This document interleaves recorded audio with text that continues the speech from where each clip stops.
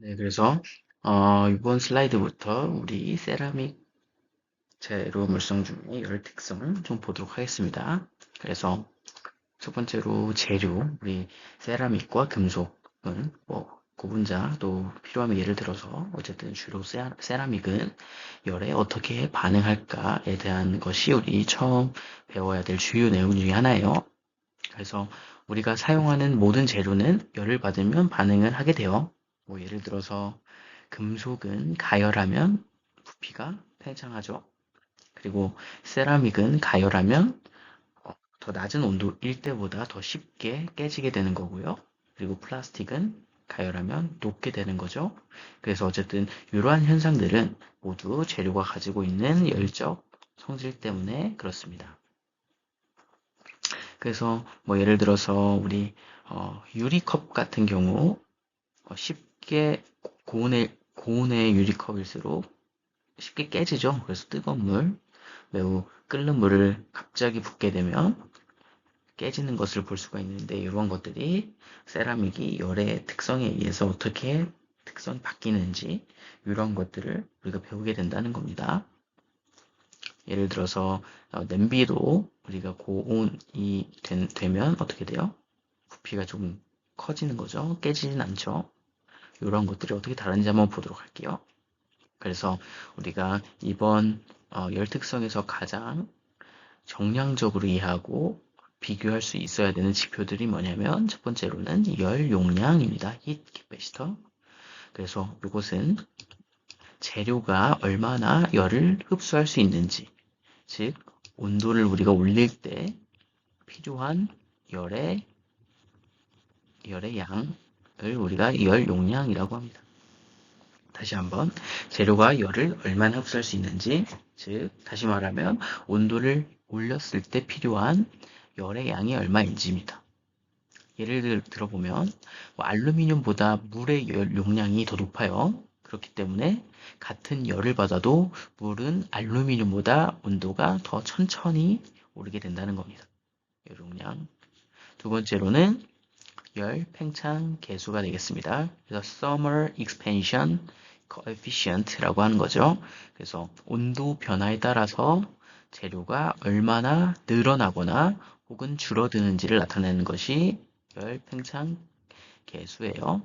그래서 온도 변화가 있을 때 재료가 늘어나거나 혹은 줄어들거나 이러한 어떤 변형이 얼마나 일어나는지를 나타내는 것이 열 팽창 계수죠. 그래서 예를 들어 보면 유리창이나 혹은 금속 브릿지에 온도 변화로 간격을 두게 되는 거죠. 그 이유가 뭐냐면 우리가 온도가 올라가면 올라갈수록 얘네들이 팽창을 하기 때문에 간격을 조금씩 띄워두게 되는 겁니다. 세 번째로 이제 그게 이제 열 팽창 계수고 세 번째로 열 전도도라고 있습니다. 그래서 thermal conductivity라는 거죠. 그래서 열이 얼마나 빨리 전달되는가를 보여줍니다. 그래서 열이 얼마나 빨리 전달. 그래서 예를 들어 보면 금속 같은 경우는 뭐죠? 자유전자가 많죠. 그렇기 때문에 우리가 온도를 올리면 올릴수록 열 전도도가 커진 것과 관련이 있는 거예요. 한편 세라믹은 우리가 전도할 수 있는 캐리어들이 많이 없기 때문에 열 전도도가 좀 낮게 되는 거죠. 뒤에서 배울 거예요. 마지막으로 우리 Thermal Shock Resistance라고 해서 열 충격 저항성이라고 있습니다. 그래서 이것은 급격한 온도 변화가 있을 때 요거를 얼마나 잘 견디는가에 대한 능력, 그것은 성질이 열 충격 저항성입니다. 그래서 우리 세라믹 커피잔에다가 갑자기 찬물을 넣었을 때도 깨지죠. 이것도 열 충격 저항성과 관련이 있는 겁니다. 그래서 금속, 세라믹, 고분자 이렇게 세 어떤 제일 큰 분류를 두었을 때 어떻게 열적 성질이 다른가를 조금 알면 더 좋겠죠. 그래서 같은 열을 받아도 재료마다 반응이 다른 이유가 뭐냐면 첫 번째, 요 금속은 우리가 전자 이동이 자유롭죠. 전자 이동. 왜냐면 쉽다. 왜냐면 금속은 결국은 자유전자가 많기 때문에 그렇습니다. 그렇기 때문에 이 얘기가 뭐냐면 열 전도도가 크고 열 팽창 계수도 크다는 것과 관련이 있습니다. 반면에 이 세라믹은 결합이 어떤 결합이에요? 이온 결합, 즉 공유 결합 기반의 이온 결합이죠. 그렇기 때문에 열 전도도가 낮고 팽창은 적지만 열 충격에는 약하다. 팽창은 작지만 열 충격에도 약한 것이 이 세라믹의 특징입니다. 반면에 고분자는 분자 사슬이 약한 반드르발스 결합을 보통 가지게 되죠. 그래서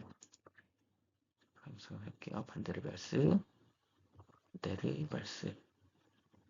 결합을 갖기 때문에 열에 민감하고 변형이 쉽게 일어나게 됩니다. 그래서 결국은 결합의 형태와 결정 구조의 차이 때문에 이러한 열적 특성이 다 다르다라고 이해를 하시면 될 것 같아요.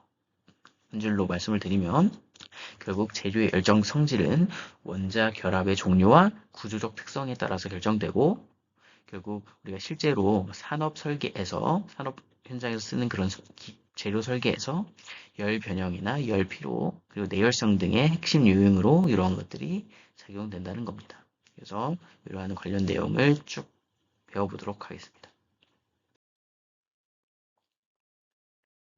첫 번째로 우리가 배워야 될 개념이 뭐죠? 열 용량이죠. 그래서 열 용량이라고 하는 것은 결국 정의가 재료가 열을 흡수할 수 있는 능력이에요. 즉 얼마나 열을 잘 흡수하는가를 나타내는 물리량을 우리가 열 용량이라고 하는 겁니다. 조금 더 쉽게 얘기하면 같은 양의 열을 가했을 때 온도가 얼마나 변하는지를 통해 판단할 수 있는 것이 열 용량입니다. 그래서 금속 같은 경우는 이 열 용량 값이 클까요? 작을까요? 작죠. 작아서 조금만 온도를 올려도 금방 뜨거워지지만 반면에 물 같은 것들은 열 용량이 커서 온도를 올려도 쉽게 안 데워지는 거죠. 그래서 수식으로 한번 봐보도록 할게요. 우리 열 용량 이렇게 C라고 쓰고요. 열 용량의 단위는 줄퍼 몰 켈빈입니다. 즉 1몰의 어떤 재료를 1킬로 올렸을 때 몇 줄의 에너지가 필요한지에 대한 거죠. 그래서 C는 dT분의 dQ라고 쓸 수가 있고 이 dT는 온도 변화고 dQ는 가해진 에너지의 변화를 우리가 dQ라고 쓰게 됩니다. 그래서 단위 온도 상승당 필요한 열의 양이 바로 C 값인 거죠. 그래서 우리가 단위 질량당 열 용량을 우리가 뭐라고 해요? 단위 질량당 열 용량. 이것을 우리가 비열이라고 하고 스페시픽 히트라고 합니다. 그래서 재료마다 왜냐하면 질량이 다 다르죠. 그렇기 때문에 우리가 질량을 기준으로도 이 열 용량을 비교를 해야 되는 겁니다. 그렇기 때문에 우리가 비열이라고 하는 개념을 만든 거고요. 그래서 이 비열의 단위는 줄 퍼 켈빈 킬로그램 이렇게 쓸 수가 있는 겁니다. 그래서 이 비열이 뭘 의미하냐면 1kg의 물질을 1켈빈 올릴 때 필요한 열의 양이 바로 비열이라는 거죠. 그래서 비열을 측정하는 방법은 기본적으로 일정한 압력하에서 측정할 수 있는 정합 비열과 그리고 일정한 부피에서 측정하는 정적 비열이 있습니다. 근데 보통은 이 정합 비열이 정적 비열보다 더 큰 값을 가지게 돼요. 같은 재료라고 하더라도 그 이유는 압력을 일정하게 유지할 때 부피가 팽창하면서 외부에 일을 더하기 때문에 그렇습니다. 우리 연력학 시간에 배운 거를 다시 한번 상기시켜 보면 그래서 같은 온도 변화를 위해서 더 많은 열이 필요하다는 거죠. 어쨌든 그러한 이유가 있다는 거고요. 그래서 이 슬라이드를 좀 요약을 해보면 열 용량은 결국 어떤 재료가 열을 저장하는 능력이 되겠고요. 그 다음에 정압 조건에서 측정한 CP가 정적 조건에서 측정한 CV보다 항상 크다라는 거 한번 이해해 주시면 좋을 것 같아요. 그래서 이 슬라이드에서 보고자 하는 것은 열 용량이 온도에 따라서 달라지거든요. 근데 이게 왜 달라질까에 대한 것을 한번 봐보도록 하겠습니다. 앞서서 우리가 열 용량이라고 하는 것이 어떤 값이죠? 열을 저장한다. 즉, 열을 얼마나 흡수하느냐와 관련된 값이 열 용량인 거죠. 근데 모든 온도에서 열 용량이 일정하진 않습니다. 실제로는 온도가 여기 그래프에서 보시는 것처럼 낮을 때는 작은 값을 갖다가 높을 때는 어떤 특정한 값에 수렴하는 형태로 이 열용량이 온도에 디펜던트 하거든요. 그래서 그래프의 전반적인 형태, 요 낮은 온도에서 0에서 높은 온도에서 이렇게 세츄레이션 된다. 이러한 형태로 우리가 열용량을 우리가 나타낸다는 것을 먼저 이해를 하시면 좋을 것 같고요. 그래서 우리 정적 비열 CV가 온도에 따라서 어떻게 변하는지를 한번 봐보도록 할게요. 이 가로축은 뭐죠? 온도. 그리고 세로축은 정적 비열, 즉, 그 비열이죠. 열 용량 값이 포함되어 있습니다.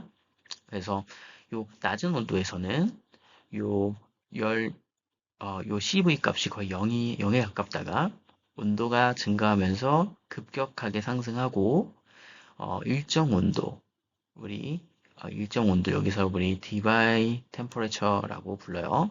어쨌든 요 특정 온도에서 요 디바이 템퍼레처를 넘으면 요 값이 어떤 값에 수렴을 하냐면 3R 값에 수렴하게 됩니다. 요 R은 기체 함수고요. 그래서 모든 고체의 열 용량은 고온에서는 3R 값으로 수렴하고요. 요 관계를 나타내는 법칙이 듀롱 푸티 법칙이라고 해요. 뭐 그냥 써드릴게요. 듀롱 푸티 로우라고 하는 거죠. 이게 뭐냐면 모든 고체의 열용량은 고온에서 3R 값에 근접하게 되고 특정 온도를 넘으면서부터 이 3R 값에 수렴된다는 것이 바로 듀롱 푸티 법칙이라는 겁니다. 그래서 우리가 왜 이런 현상이 일어나는지 원자적인 관점에서 조금 보자면 열 에너지는 결국은 원자의 진동 형태로 저장되게 돼요. 즉 원자의 진동 혹은 라티스 바이브레이션, 격자 진동 이런 거에 의해서 열이 저장되게 되는 거죠. 근데 온도가 오르게 되면 이 원자들의 진동 진폭과 에너지가 더 증가하겠죠. 하지만 매우 낮은 온도에서는 원자들이 거의 움직이지 못하기 때문에 이 진동이 제한되게 되는 거죠. 그래서 우리가 이론적으로 보면 0켈빈에서는 CV 값이 0으로 시작을 하다가 왜냐면 움직임이 멈춰 있기 때문에 그렇습니다. 진동이 멈춰져 있기 때문에 이 온도가 올라가면 올라갈수록 이 진동 모드가 활성화돼서 CV가 증가하게 된다는 거죠. 그래서 우리가 원자 진동 에너지를 양자화된 개념으로 설명한 것이 우리 제일 중요한 게 뭐예요? 포논이라는 개념인 겁니다. 그럼 요 드바이 온도는 뭐냐? 요것은 요 곡선이 완만해지는 지점을 드바이 온도라고 합니다. 그래서 요 드바이 온도는 각 재료마다 다른 값을 가지게 되고요. 그래서 원자 진동이 완전히 활성화되기 시작하는 온도를 우리가 드바이 온도라고 합니다.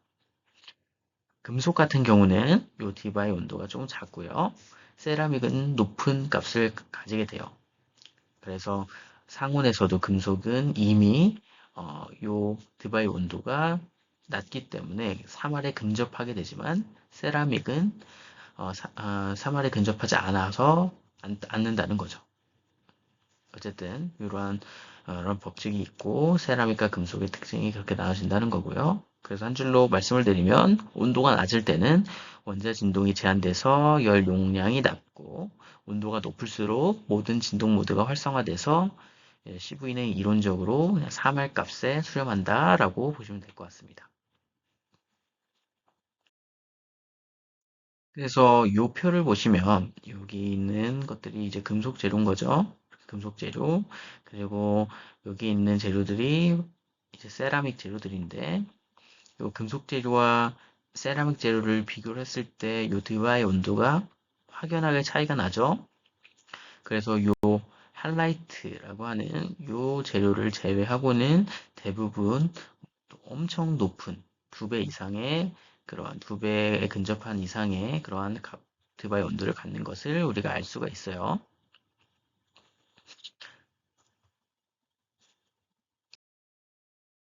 그럼 우리 열 에너지는 어떻게 저장될까요? 열 에너지의 저장은 어떻게 될까요? 이거 매우 중요한 슬라이드입니다.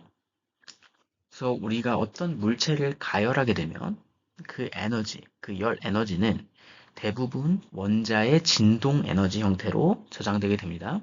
즉, 열을 가하면 원자들이 정지하지 않고 결정 격자 내에서 진동하게 된다는 거죠. 그래서 이 원자들의 진동이 서로 전달되면서 열이 이동하는 것처럼 보인다는 겁니다. 열적 파동이라고 하죠. 그래서 우리 요 그림을 보면 이 그림은 원자들이 열을 받은 뒤에 진동하는 모습을 보여주게 되는 거예요. 그래서 주황색 점은 뭐냐면 원래 원자의 격자 위치가 되겠고요. 원래의 이 격자 위치였고요. 그 다음에 파란색 점은 진동 때문에 실제로 이동한 위치가 되겠습니다. 그래서 우리가 요 원자들이 평형 위치 주위에서 미세하게 진동하면서 에너지를 전달하고 전달되는 것이 열의 본질적인 전달 형태, 저장 형태이고요. 여기서 우리가 포논이라고 하는 개념이 나오게 됩니다. 그래서 우리가 이런 원자들의 진동을 그냥 일종의 파동, 웨이브로 생각을 하게 되면 그 이유가 열은 사실상 격자 진동의 집단적인 파동이기 때문에 그렇습니다. 그래서 우리가 요 파동이라고 가정을 했을 경우에 우리가 물리학적으로 양자화 시킬 수가 있다는 거죠. 그래서 요 열적 파동을 양자화 시킨 개념을 우리가 포논이라고 정의를 하게 되는 겁니다. 즉, 열 에너지가 가해지면 원자들은 열적으로 진동을 하게 되고 그 진동이 결국은 웨이브의 형태로 수식으로 표현이 되고 그 수식을 물리학적으로 양자화시킨 개념을 우리가 포논이라고 정의한다는 거죠. 그래서 포논은 열을 입자적으로 표현하는 것이고 뭐 예를 들어서 우리가 빛을 입자화시켜서 표현한 게 뭐예요? 포톤이죠. 그래서 광자, 이건 광자죠. 그래서 포톤처럼 포톤이 빛의 입자적인 표현이라고 한다면 양자화시켜서 열을 미시적 운반자로 양자화시켜서 표현한 것을 우리가 포논이라고 이해를 할 수가 있다는 겁니다. 그래서 이 포논을 우리가 열 전도와 연결시킬 수가 있는데 이 포논들이 재료 내부를 이동하면서 열을 전달하게 되는데 그래서 열 전도도는 포논의 이동 거리와 관련이 매우 깊습니다. 다시 한번 열 전도도 thermal conductivity는 뭐와 관련이 깊다고 하냐면 포논의 이동 거리 즉 자유 행로와 관련이 깊습니다. 그래서 금속은 전자에 의한 열 전도도가 지배적이지만 세라믹이나 절연체에서는 요 포논이 주된 열 전달 매개체가 됩니다. 그래서 다시 한번 말씀을 드릴게요. 요 열 에너지는 원자의 진동 형태로 저장되며 요 진동이 파동처럼 전달돼서 이것을 물리적인 수치값으로 양자화시켰을 때 입자화시켰을 때 우리가 이것을 포논이라고 부른다는 것이고요. 금속 같은 경우는 우리가 주된 열 전달 매개체가 전자가 되겠지만 세라믹은 이 주된 열 전달 매개체가 뭐예요? 포논이라는 거죠. 그래서 이 포논이 세라믹의 열 전달 매개체이기 때문에 매우 중요하다는 겁니다. 이 개념을 잘 이해하시면 좋을 것 같아요. 그래서 우리가 열 에너지의 주요 저장 방식을 먼저 살펴보도록 하겠습니다. 열 에너지가 우리 세라믹에서는 주로 원자의 진동, 즉 포논 형태로 저장된다고 배웠었습니다. 즉 열적 파동, summer wave, 이 포논이 가장 큰 기여의 인자라는 거죠. 근데 다른 인자들은 뭐가 있는지를 우리가 하나씩 하나씩 보도록 하자는 겁니다. 그래서 첫 번째로 다시 쓸게요. 전자적 기여가 있습니다. 그래서 전자적 기여라고 하는 것은 우리가 electronic contribution이라는 겁니다. 그래서 금속에서는 결국은 이 자유전자가 존재하고 열을 받으면 전자들이 에너지를 흡수하고 이동을 하게 되겠죠. 그렇기 때문에 열 에너지가 저장된다는 겁니다. 그래서 전자 에너지 준위라는 것이 열을 받으면 이 전자 에너지 준위가 높아지면서 에너지를 저장했다가 다시 낮아지게 되는 거죠. 그래서 금속에서는 대부분 이 전자적 기여에 의해서 열 에너지가 저장되는 거죠. 금속. 근데 세라믹이나 고분자는 이런 자유전자가 거의 없죠. 그렇기 때문에 세라믹에서는 전자적인 기여가 무시될 정도로 매우 작습니다. 그래서 우리가 금속 같은 경우는 전자적 기여 그리고 포논 이 두 개에 의해서 열 에너지가 전달된다고 볼 수가 있는 거죠. 그리고 두 번째로 우리가 포논이 있겠죠. 포논. 이게 포논은 세라믹인 거고요. 세라믹에서는 거의 포논이 지배적으로 우리 열을 에너지를 저장하고 전달한다라고 보시면 되겠습니다. 세 번째로 약간 스페시픽하긴 하지만 강자성체, 우리 마그네틱 컨트리뷰션이라고 있습니다. 그래서 자성체의 전자 스핀 방향 변화, 전자 스핀 방향성 변화, 이게 열 에너지를 전달하고 저장할 수 있는 하나의 팩터가 될 수가 있습니다. 강자성체가 뭐였죠? 강자성체는 전자 스핀들이 자발적으로 한 방향으로 정렬된 물질을 우리가 강자성체 페로마그네틱 매트리얼스라고 배웠죠. 그래서 이 스핀이 정렬된 상태를 우리가 스핀 간 상호작용, 우리 교환 상호작용이라고 배웠습니다. 그래서 exchange interaction 덕분에 이 스핀 간 상호작용이 만들어지는 거고요. 다시 말하면 이웃한 전자 스핀끼리는 같은 방향으로 정렬을 하면은 에너지가 더 낮아지는 특성을 가지고 있습니다. 근데 낮은 온도에서 보면 온도가 낮을 때는 우리가 열적 진동이 작기 때문에 전자들이 서로 같은 방향으로 정렬된 상태를 유지를 하게 되는 거예요. 그런데 그래서 전체적으로 이때 전체 마그네타이제이션, 즉 자화값이 거의 최대값에 가깝게 되는 거죠. 그래서 스핀들이 질서 있게 된 상태가 강한 자성을 갖게 되고, 한편 온도가 올라가면 어떤 변화가 생기냐면 온도가 올라가면 원자들이 진동을 하게 되죠. 원자가 진동한다는 것은 결국 우리가 스핀의 방향이 열 에너지에 의해서 바뀔 수 있다는 것이랑 같은 얘기인 겁니다. 그래서 스핀 정렬을 유지시키는 교환 에너지, 익스체인지 에너지와 그리고 스핀을 무작위로 만드는 열 에너지, KT 값, 이 값이 서로 경쟁을 하게 되는 겁니다. 그래서 우리가 특정 온도, 우리 QD 온도 이상이 되면 열 에너지가 교환 에너지를 완전히 이겨버리기 때문에 스핀 정렬이 깨지고 물질이 자발적인 자화를 잃게 되는데 우리가 이 온도를 우리 QD 온도라고 배웠죠. 그래서 이러한 메커니즘에 의해서 QD 온도라는 것이 정의가 된다는 겁니다. 그래서 이 과정에서 에너지가 흡수되기 때문에 열 에너지를 저장할 수가 있다는 거죠. 그래서 우리 강자성체의 경우에는 원자 내의 전자 스핀의 배열의 방향이 온도에 따라서 달라지기 때문에 스페시픽하게 열에너지의 저장 수단으로 쓰일 수가 있는 거고요. 조금 더 브로드하게 보자면 금속에서는 전자적 기여와 포논의 기여, 그리고 세라믹에서는 포논의 기여에 의해서 열에너지가 저장된다는 겁니다. 그래서 이렇게 알아두시면 좋을 것 같습니다.